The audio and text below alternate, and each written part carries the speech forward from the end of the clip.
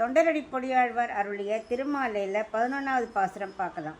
ஒரு வில்லால் ஓங்கு முன்னீர் அடைத்து உலகங்கள் உய்ய செருவிலே அரக்கர் கோனை செற்ற நம் சேவகனார் மருவிய பெரிய கோவில் மதில் திருவரங்கம் என்னா கருவிலே திரு இலாதிர் காலத்தை கழிக்கின்றீரே.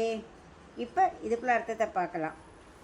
ராமர் சமுத்திரனை வழிவிடுறதுக்காக சரணாகதி பண்ணி பார்த்தார். சமுத்திரராஜன் 3 நாள் வரவே இல்லை.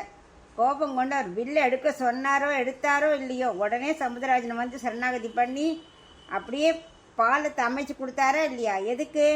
நம்ம எல்லாரும் உய்வடையறதுக்காக, உலக மக்கள் அனைவரும் உய்வடையறதுக்கு போரில் போய் அரக்கர் கோனான ராவணன், அதுக்கப்புறம் கும்பகர்ணன், இந்திரஜித் எல்லா அரக்கர்களையும் கொன்று நமக்கு சேவகனாக வந்தார் ராமர். அப்படிப்பட்ட சேவகனாரான ராமர் இப்போ எங்கே இருக்கார்? பெரிய கோவிலான திருவரங்கத்தில் இருக்கார். அவரை நம்ம நினைக்க நினைக்க நமக்கு கர்ப்ப வாசமே இருக்காது. அப்படி இல்லாமல் கருவில் பகவானை பற்றி நினைக்காமையே இருக்கேளே அப்படின்னு ரொம்ப வருத்தப்படுற தொண்டரடி பொடியாழ்வார்.